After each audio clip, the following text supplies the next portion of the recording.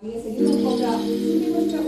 ಏನು ಈ ವಿಚಾರವಾಗಿ ಈಗ ಬಿಜೆಪಿ ವಲಯದಲ್ಲಿ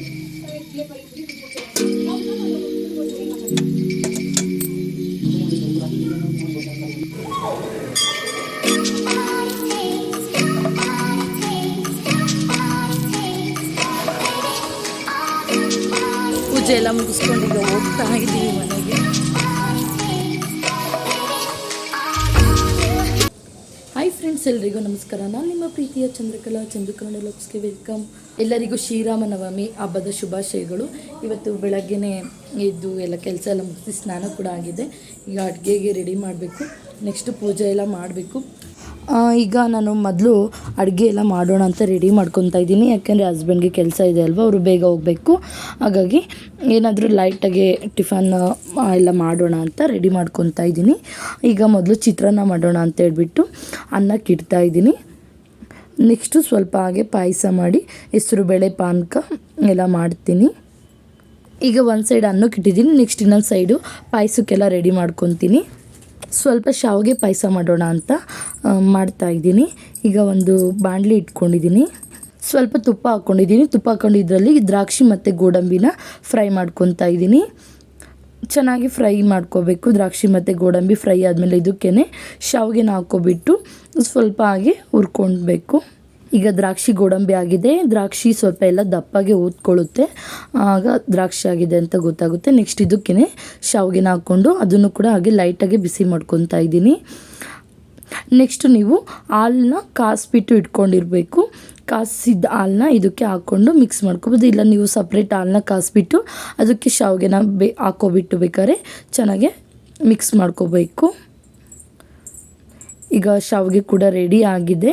ಶಾವಿಗೆ ಈ ರೀತಿ ಸ್ವಲ್ಪ ಲೈಟಾಗಿ ಕಲರ್ ಬಂದಿರುತ್ತೆ. ಈ ರೀತಿ ಚೆನ್ನಾಗಿ ಹುರ್ಕೊಂಡ್ರೆ ಕೆಂಪಾಳ ಅಂತೀವಲ್ಲ, ಆ ಥರ ಲೈಟಾಗಿ ಕಲರ್ ಬಂದಿರುತ್ತೆ. ನೆಕ್ಸ್ಟ್ ಇದಕ್ಕೆ ಸ್ವಲ್ಪ ನೀರು ಹಾಕ್ಕೊಳ್ತಾ ಇದ್ದೀನಿ. ನೀವು ಕಾಯಿಸ್ಬಿಟ್ಟು ಬೇಕಾದ್ರೆ ಹಾಕ್ಕೋಬೋದು, ಇಲ್ಲ ನೀವು ಸಪ್ರೇಟು ಹಾಲು ಮತ್ತು ನೀರು ಕಾಯಿಸ್ಕೊಂಡು ಅದಕ್ಕೆ ಶಾವಿಗೆನ ಹಾಕ್ಕೊಂಡು ಮಿಕ್ಸ್ ಮಾಡ್ಕೋಬೋದು. ನೆಕ್ಸ್ಟ್ ಇದಕ್ಕೆ ರುಚಿಗೆ ತಕ್ಕಷ್ಟು ಸಕ್ಕರೆನ ಹಾಕ್ಕೊತಾ ಇದ್ದೀವಿ. ಶಾವಿಗೆ ಪಾಯಸಕ್ಕೆ ಸಕ್ಕರೆ ಹಾಕಿರೇ ಅದು ಟೇಸ್ಟ್ ಚೆನ್ನಾಗಿರುತ್ತೆ. ಬಟ್ ನಾನು ಇಲ್ಲಿ ಸ್ವಲ್ಪ ಬೆಲ್ಲ ಕೂಡ ಹಾಕ್ಕೊತಾ ಇದ್ದೀನಿ. ಸಕ್ಕರೆ ಜಾಸ್ತಿ ತಿನ್ನಬಾರ್ದು ಅನ್ನೋ ಕಾರಣಕ್ಕೆ ಸ್ವಲ್ಪ ಬೆಲ್ಲ ಕೂಡ ನಾನು ಇಲ್ಲಿ ಆ್ಯಡ್ ಮಾಡ್ಕೊತಾ ಇದ್ದೀನಿ. ನೆಕ್ಸ್ಟ್ ಇದು ಚೆನ್ನಾಗಿ ಒಂದು ಕುದಿ ಬರಬೇಕು. ಕುದಿ ಬರೋವರೆಗೂ ಚೆನ್ನಾಗಿ ಕುದಿಸ್ಕೊಳ್ಳೋಣ. ನೆಕ್ಸ್ಟ್ ಇದಕ್ಕೆ ಹಾಲು ಕೂಡ ಹಾಕ್ಕೊತಾ ಇದ್ದೀನಿ. ಹಾಲು ಹಾಕ್ಕೊಂಡು ಚೆನ್ನಾಗಿ ಮಿಕ್ಸ್ ಕೊಟ್ಕೊಂಡು ನೆಕ್ಸ್ಟ್ ಇದಕ್ಕೆ ಸ್ವಲ್ಪ ಏಲಕ್ಕಿ ಪುಡಿನ ಹಾಕ್ಕೊಳ್ಳಿ. ಆಮೇಲೆ ಒಂದು ಬಾದಾಮ್ ಪೌಡರ್ ಕೂಡ ಹಾಕ್ಕೊಳ್ಳಿ. ಸ್ವಲ್ಪ ಬಾದಾಮ್ ಪೌಡರ್ ಹಾಕಿದರೆ ಒಳ್ಳೆ ಟೇಸ್ಟ್ ಬರುತ್ತೆ, ತುಂಬಾ ರುಚಿಯಾಗಿ ಕೂಡ ಇರುತ್ತೆ ಬಾದಾಮ್ ಪೌಡರ್ ಹಾಕೋದ್ರಿಂದ. ಹಾಗಾಗಿ ಸ್ವಲ್ಪ ಬಾದಾಮ್ ಪೌಡರ್ ಕೂಡ ಇದಕ್ಕೆ ನೀವು ಆ್ಯಡ್ ಮಾಡ್ಕೊಳ್ಳಿ. ಈಗ ನೋಡ್ತಾ ಇರ್ಬೋದು, ನಾನು ಬಾದಾಮ್ ಪೌಡರ್ನ ಇದಕ್ಕೆ ಆ್ಯಡ್ ಮಾಡ್ತಾ ಇದ್ದೀನಿ. ಒಳ್ಳೆ ಟೇಸ್ಟ್ ಬರುತ್ತೆ ಬಾದಾಮ್ ಪೌಡರ್ ಹಾಕೋದ್ರಿಂದ. ನೆಕ್ಸ್ಟು ನೀವು ಬಾದಾಮಿ ಇದ್ದರೆ ಅದನ್ನು ಕೂಡ ಚಿಕ್ಕದಾಗಿ ಹಚ್ಬಿಟ್ಟು ಹಾಕೋಬೋದು. ಅದು ಕೂಡ ತುಂಬಾ ಚೆನ್ನಾಗಿರುತ್ತೆ ಶಾವಿಗೆ ಪಾಯಸಕ್ಕೆ. ಇನ್ನೇನು ಒಂದು ಕುದಿ ಬರ್ತಾ ಇದೆ ನೋಡ್ತಾ ಇರ್ಬೋದು. ಈ ರೀತಿ ಸ್ವಲ್ಪ 1-2 ನಿಮಿಷ ಈ ರೀತಿ ಚೆನ್ನಾಗಿ ಕುದಿಸ್ಕೊಂಡ್ರೆ ಶಾವಿಗೆ ಪಾಯಸ ರೆಡಿ ಆಗುತ್ತೆ. ಇದು ಸ್ವಲ್ಪ ತೆಳುವಾಗೆ ಇರಬೇಕು, ಯಾಕೆಂದರೆ ಶಾವಿಗೆ ಆರಿದ ಮೇಲೆ ಗಟ್ಟಿ ಬಂದುಬಿಡುತ್ತೆ. ಹಾಗಾಗಿ ಸ್ವಲ್ಪ ಈ ರೀತಿ ತೆಳುವಾಗೆ ಇರಬೇಕು, ತುಂಬ ಗಟ್ಟಿ ಮಾಡ್ಕೋಬಾರ್ದು ಶಾವಿಗೆ ಪಾಯಸನ. ನೆಕ್ಸ್ಟ್ ಇನ್ನೊಂದು ಸೈಡು ಕೋಸಂಬರಿ ಕೂಡ ರೆಡಿ ಮಾಡ್ಕೊತಾ ಇದ್ದೀನಿ. ಬೆಳಗ್ಗೆನೇ ಹೆಸರು ಬೇಳೆನ ನೆನೆಸ್ಬಿಟ್ಟು ಇಟ್ಕೊಂಡಿದ್ದೆ. ಚೆನ್ನಾಗಿ ತೊಳೆದ್ಬಿಟ್ಟು ನೆನಾಕಬೇಕು ಹೆಸರು ಬೇಳೆನ. ಇದು ಅಂಗಡಿ ಬೇಳೆ ಅಲ್ವಾ, ಹಾಗಾಗಿ ನೆಕ್ಸ್ಟ್ ಇದಕ್ಕೆ ಕ್ಯಾರೆಟು, ಕೊತ್ತಂಬರಿ ಸೊಪ್ಪು, ಕಾಯಿ ತುರಿ, ನೆಕ್ಸ್ಟ್ ಸೌತೆಕಾಯಿನ ಚಿಕ್ಕದಾಗಿ ಹಚ್ಬಿಟ್ಟು ಹಾಕ್ಕೊಂಡಿದ್ದೀನಿ. ನೆಕ್ಸ್ಟ್ ಒಂದು ಸೈಡು ನಿಂಬೆಹಣ್ಣಿಂದು ಶರ್ಬತ್ ಮಾಡ್ತಾಯಿದ್ದೀನಿ. ಸಕ್ಕರೆ ನೆನಾಕ್ಬಿಟ್ಟಿಟ್ಟಿದ್ದೀನಿ. ನೆಕ್ಸ್ಟ್ ಇದಕ್ಕೆ ನಿಂಬೆಹಣ್ಣು ಮತ್ತು ಏಲಕ್ಕಿ ಪುಡಿ ಹಾಕ್ಕೊಂಡ್ರೆ ಶರ್ಬತ್ ಕೂಡ ರೆಡಿ ಆಗುತ್ತೆ. ಈಗ 1-2 ಏಲಕ್ಕಿನ ಕುಟ್ಬಿಟ್ಟು ಪೌಡರ್ ಮಾಡಿಬಿಟ್ಟು ಈ ರೀತಿ ಹಾಕ್ಕೊತಾ ಇದ್ದೀನಿ.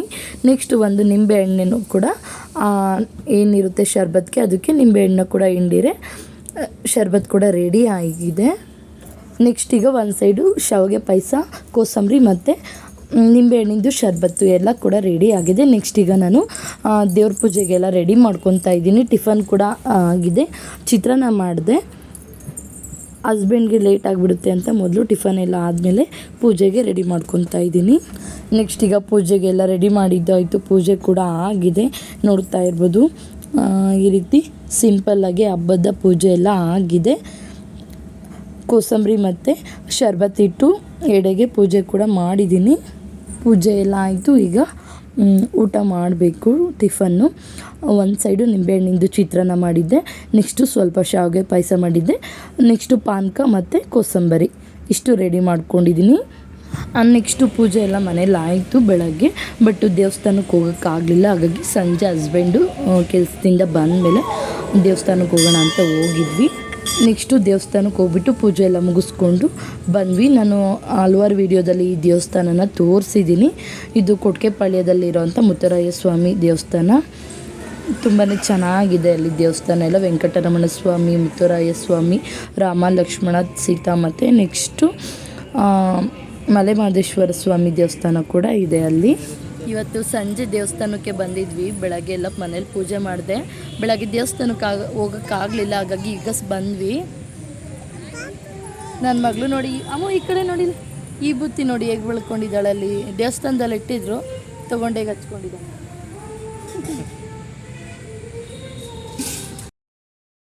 ಪೂಜೆ ಎಲ್ಲ ಮುಗಿಸ್ಕೊಂಡು ಈಗ ಹೋಗ್ತಾ ಇದ್ದೀವಿ ಮನೆಗೆ. ನೆಕ್ಸ್ಟು ನಾನು ಮಧ್ಯಾಹ್ನ ಸಂಜೆ ವಡೆ ಮಾಡೋಣ ಅಂತ ಕಡಲೆಬೇಳೆ ನೆನೆಸ್ಬಿಟ್ಟು ಇಟ್ಟಿದ್ದೆ. ಹಾಗಾಗಿ ಈಗ ಸಂಜೆ ವಡೆಗೆ ಎಲ್ಲ ರೆಡಿ ಮಾಡ್ಕೊತಾ ಇದ್ದೀನಿ. ಈಗ ಮಸಾಲೆ ವಡೆ ಮಾಡೋಣ ಅಂತ ಒಂದು 4 ಹಸಿಮೆಣ್ಸಿನ್ಕಾಯಿ, ನೆಕ್ಸ್ಟ್ ಒಂದೆರಡು ಬೆಳ್ಳುಳ್ಳಿ, ಒಂದೆರಡು ಎಸ್ಲಷ್ಟು ಬೆಳ್ಳುಳ್ಳಿ, ನೆಕ್ಸ್ಟು ಸ್ವಲ್ಪ ಚಕ್ಕೆ, ಹಾಗೆ ಸ್ವಲ್ಪ ಲವಂಗ ಹಾಕ್ಕೊಂಡು ಮಿಕ್ಸಿಲಿ ಗ್ರೈಂಡ್ ಮಾಡ್ಕೊಳ್ಳೋದಕ್ಕೆಲ್ಲ ಹಾಕ್ಕೊತಾ ಇದ್ದೀನಿ. ನೆಕ್ಸ್ಟು ಸ್ವಲ್ಪ ಶುಂಠಿ ಕೂಡ ಹಾಕ್ಕೊತಾ ಇದ್ದೀನಿ. ಶುಂಠಿ ಹಾಕ್ಕೊಂಡು ನೆನೆಸಿಟ್ಟಿರೋಂಥ ಕಡಲೆಬೇಳೆ ಏನಿರುತ್ತೆ ಆ ಕಡಲೆಬೇಳೆನ ಹಾಕ್ಕೊಂಡು ಚೆನ್ನಾಗಿ ಗ್ರೈಂಡ್ ಮಾಡ್ಕೋಬೇಕು. ತರಿಯಾಗಿ ಸ್ವಲ್ಪ ಹಾಗೆ ಲೈಟಾಗಿ ತರಿಯಾಗಿ ರುಬ್ಕೋಬೇಕು. ನೀರನ್ನ ಹಾಕೋಬಾರ್ದು, ಹಾಗೆ ರುಬ್ಕೋಬೇಕು. ನಾನು ಕಡಲೆಬೇಳೆ ಜೊತೆ ಸ್ವಲ್ಪ ಅಕ್ಕಿನ ಹಾಕ್ಕೊಂಡಿದ್ದೆ, ಯಾಕೆಂದರೆ ಕ್ರಿಸ್ಪಿಯಾಗಿ ಬರುತ್ತೆ ಅಂಥೇಳಿ ಸ್ವಲ್ಪ ಅಕ್ಕಿನ ಹಾಕ್ಕೊಂಡಿದ್ದೀನಿ. ನೆಕ್ಸ್ಟ್ ಈಗ ನಾನು ಹಾಕ್ಕೊಂಡು ರುಬ್ಕೊಳ್ತಾ ಇದ್ದೀನಿ. ನೀರನ್ನ ಯಾವುದೇ ಕಾರಣಕ್ಕೂ ಹಾಕೋಬೇಡಿ, ನೀರು ಹಾಕ್ಕೊಬಿಟ್ರೆ ತೆಳುವಾಗಿಬಿಡುತ್ತೆ. ಹಾಗಾಗಿ ವಡೆ ಹಾಕೋದಕ್ಕೆ ಹಾಗೆ ಸ್ವಲ್ಪ ಗಟ್ಟಿ ಇರಬೇಕಲ್ವ, ಹಾಗಾಗಿ ನೀರು ಹಾಕ್ಕೊಂಡು ಹಾಗೆ ರುಬ್ಕೋಬೇಕು. ನೋಡ್ತಾ ಇರ್ಬೋದು. ಈಗ ಸ್ವಲ್ಪನೇ ಈ ರೀತಿ ಒಂದು ಸ್ಪೂನ್ ತೊಗೊಂಡು ಮಿಕ್ಸ್ ಮಾಡಿಕೊಂಡು ಅದನ್ನು ರುಬ್ಕೋಬೇಕಾಗುತ್ತೆ. ಅದು ಒಂದೇ ಸರಿ ಆಗೋದಿಲ್ಲ, ನೀರು ಹಾಕೋದಿಲ್ಲ ಅಲ್ವಾ, ಹಾಗಾಗಿ ಸ್ವಲ್ಪನೇ ಮಿಕ್ಸ್ ಮಾಡಿಕೊಂಡು ಆಡ್ಕೊತಾ ಇರಬೇಕು.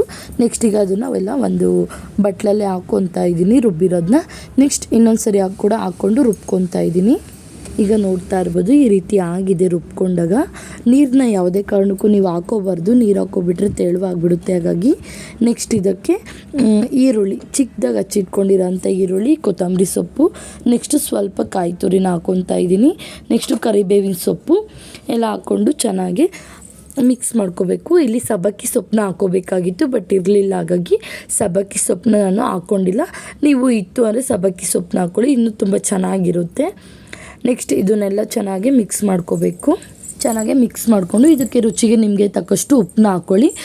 ಖಾರಕ್ಕೆ ಹಸಿಮೆಣ್ಸಿನ್ಕಾಯಿನ ನಾವು ರುಬ್ಬೋದಕ್ಕೆ ಹಾಕ್ಕೊಂಡಿದ್ದೀವಿ, ಹಾಗಾಗಿ ಖಾರಕ್ಕೇನು ಬೇಡ.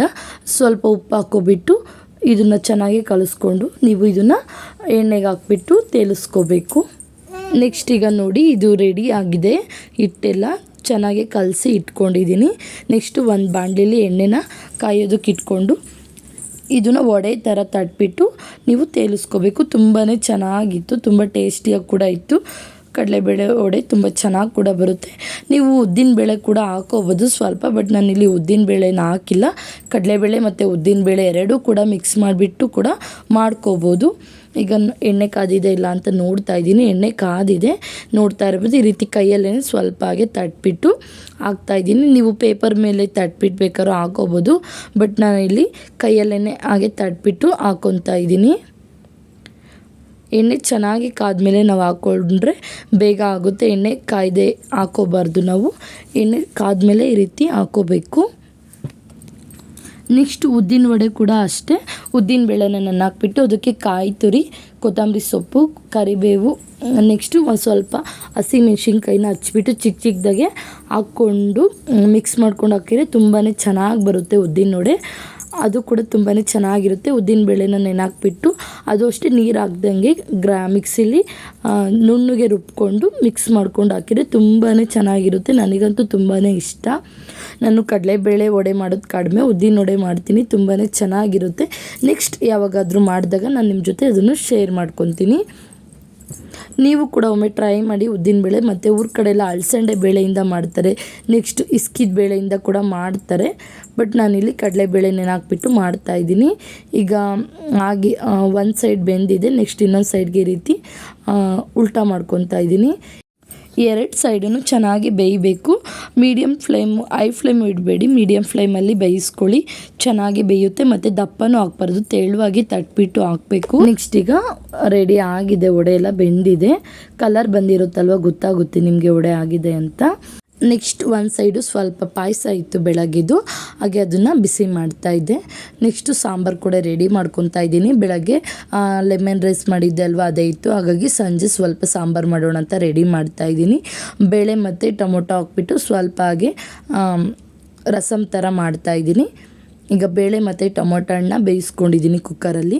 ನೆಕ್ಸ್ಟ್ ಈಗ ಒಗ್ಗರಣೆಗೆ ಎಣ್ಣೆ, ಕರಿಬೇವು, ಸಾಸಿವೆ ಮತ್ತು ಬೆಳ್ಳುಳ್ಳಿ, ಅದು ಒಣಮೆಣ್ಸಿನ್ಕಾಯಿ ಹಾಕ್ಬಿಟ್ಟು ಒಗ್ಗರಣೆ ಹಾಕ್ಕೊಂಡು ಬೇಳೆ ಮತ್ತು ಟೊಮೊಟೊ ಹಣ್ಣು ಇರುತ್ತೆ ಅದನ್ನು ಸ್ವಲ್ಪ ಮಸ್ತು ಬಿಟ್ಟು ಅದನ್ನು ನುಣ್ಣಗೆ ಮಸ್ತು ಅದಕ್ಕೆ ಮಿಕ್ಸ್ ಮಾಡಿಕೊಂಡ್ರೆ ಸಾಂಬಾರು ರೆಡಿ ಆಗುತ್ತೆ. ತುಂಬಾ ಚೆನ್ನಾಗಿರುತ್ತೆ. ನೆಕ್ಸ್ಟ್ ಅದಕ್ಕೆ ರಸಮ್ ಪೌಡರ್ ಇದ್ದರೆ ಸ್ವಲ್ಪ ಅದನ್ನು ಕೂಡ ಹಾಕ್ಕೊಳ್ಳಿ, ಚೆನ್ನಾಗಿರುತ್ತೆ. ಈಗ ಸಾಂಬಾರು ಕೂಡ ರೆಡಿ ಆಗಿದೆ. ಪಾಯಸ, ವಡೆ, ಅನ್ನ, ಸಾಂಬಾರು ಮತ್ತು ಕೋಸಂಬರಿ ಕೂಡ ಸ್ವಲ್ಪ ಇತ್ತು, ಹಾಗೆ ಇಟ್ಟಿದ್ದೆ ಕೋಸಂಬರಿ. ಇಷ್ಟು ಸಂಜೆ ಊಟ. ನೆಕ್ಸ್ಟು ಮಜ್ಜಿಗೆ. ಈಗ ಎಲ್ಲರೂ ಕೂತ್ಕೊಂಡು ನೈಟ್ ಊಟ ಕೂಡ ಮಾಡ್ತಾಯಿದ್ದೀವಿ. ನಾವು ಹೇಗೆ ಅಂದರೆ ಮೂವರು ಕೂಡ ಒಂದೇ ಸರಿ ಕೂತ್ಕೊತೀವಿ ಊಟಕ್ಕೆ. ಮಗಳಿಗೂ ಅಷ್ಟೇ, ಅವಳಿಗೂ ಕೂಡ ಒಂದು ತಟ್ಟೆ ಹಾಕ್ಬಿಟ್ಟು ಅವಳಿಗೂ ಏನು ಬೇಕು ಅಂದರೆ ಅದನ್ನು ಹಾಕಿ ಕೊಡ್ತೀನಿ. ಅವಳು ಕೂಡ ಕೂತ್ಕೊಂಡು ತಿಂತಾಳೆ ನಮ್ಮ ಜೊತೆ. ನಾನು ಅವಳಿಗೆ ಸಪ್ರೇಟು ತಿನ್ನಿಸೋದು ಆ ಥರದ್ದು ಜಾಸ್ತಿ ರೂಢಿ ಮಾಡೋದಿಲ್ಲ. ಅವಳಿಗೆ ಎಷ್ಟು ಬೇಕೋ ಅಷ್ಟು ತಿನ್ಕೊತಾಳೆ. ಆಮೇಲೆ ಅವಳು ಇನ್ನೂ ತಿಂದಿಲ್ಲ ಅಂತ ಅನಿಸಿದಾಗ ಅವಳು ಅವರಪ್ಪ ಹತ್ರ ಅಥವಾ ನನ್ನ ಹತ್ರ ತಿನ್ನಿಸು ಅಂತ ಬರ್ತಾಳೆ. ಆಗ ತಿನ್ನಿಸ್ತೀವಿ. ನಾವು ತಿನ್ನೋವಾಗ ಅವಳಿಗೂ ಹಾಕ್ಕೊಟ್ರೆ ಅವಳು ಕೂತ್ಕೊಂಡು ನೀಟಾಗಿ ತಿಂತಾಳೆ. ಅವಳಿಗೆ ಏನು ಬೇಕೋ ಅದನ್ನು ಕೇಳಿಬಿಟ್ಟು ಹಾಕಿಸ್ಕೊಂಡು ತಿಂತಾಳೆ. ನಮ್ಮ ಮನೇಲಿ ಶಿವರಾಮನವಮಿ ಹಬ್ಬ ಹೀಗೆ ಸೆಲೆಬ್ರೇಟ್ ಮಾಡಿದ್ವಿ. ನೀವೆಲ್ಲ ಹೇಗೆ ಮಾಡಿದ್ರಿ ಏನು ಅಂತ ಕೂಡ ನನ್ನ ಜೊತೆ ಶೇರ್ ಮಾಡ್ಕೊಳ್ಳಿ. ನನ್ನ ಮಗಳಿಗೆ ಪಾಯಸ ಅಂತೂ ತುಂಬಾ ಇಷ್ಟ ಆಗಿತ್ತು, ತಿಂತಾ ಇದ್ಲು ಅವಳು. ಈಗ ನಾನು ಕೂಡ ಊಟ ಹಾಕ್ಕೊಂಡು ಎಲ್ಲರೂ ಕೂಡ ಜೊತೆಗೇ ಊಟ ತಿಂತಾ ಇದ್ದೀವಿ. ಹಾಗೆ ಈ ವಿಡಿಯೋ ನಿಮಗೆಲ್ಲ ಇಷ್ಟ ಆಗಿದೆ ಅಂತ ತಿಳ್ಕೊತೀನಿ. ಇಷ್ಟ ಆಗಿರೋ ಪ್ಲೀಸ್ ನನ್ನ ಚಾನಲ್ನ ಸಬ್ಸ್ಕ್ರೈಬ್ ಮಾಡ್ಕೊಳ್ಳಿ, ಹಾಗೆ ಒಂದು ಲೈಕ್ ಕೊಡಿ. ಹಾಗೆ ನಿಮ್ಗೆ ಏನು ಅನ್ನಿಸ್ತು ಅಂತ ವಿಡಿಯೋದ ಬಗ್ಗೆ ಕಮೆಂಟ್ ಮಾಡಿ ನನಗೆ ಕಮೆಂಟ್ ಬಾಕ್ಸಲ್ಲಿ ತಿಳಿಸಿ. ಹಾಗೆ ನನ್ನ ಚಾನಲಲ್ಲಿ ವೀಡಿಯೋಸ್ ಎಲ್ಲ ನೋಡಿ ನನಗೆ ಹೀಗೆ ಪ್ರೋತ್ಸಾಹನ ನೀಡ್ತಾ ಇರ್ರಿ. ಎಲ್ಲರಿಗೂ ಧನ್ಯವಾದಗಳು.